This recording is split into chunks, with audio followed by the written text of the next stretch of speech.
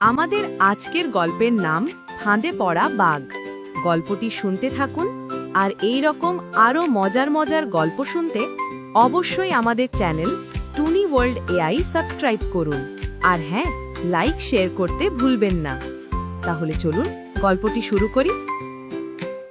অনেক দিন আগের কথা, এক জঙ্গলে ছিল এক বাঘ।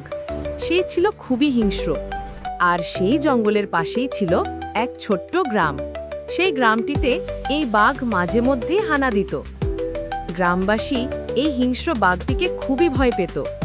বাঘটি গ্রামবাসীর কাছে যা চাইতো তাই তাকে দিতে হতো।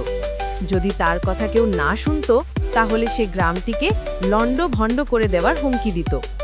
গ্রামবাসীও সর্বদা আতঙ্কে থাকত এবং বাঘ যা চাইতো তাই দিত। গ্রামের সবাই এই সমস্যার হাত থেকে বাঁচতে চেয়েছিল, কিন্তু তারা কোনো উপায় খুঁজে পেত না। কারোরই সাহস ছিল না বাঘটিকে মোকাবিলা করার। একদিন জঙ্গল থেকে হঠাৎ বাঘটি গ্রামে এলো।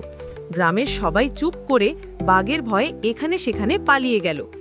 এমন সময় বাঘটি এদিক ওদিক হাঁটাহাঁটি করে একটি রান্নাঘরে ঢুকল। রান্নাঘরে ঢুকে সে দেখল হাঁড়িতে মজাদার একটি রান্না হচ্ছে। বাঘ হাঁড়িটি নিয়ে খাবার খাওয়া শুরু করলো।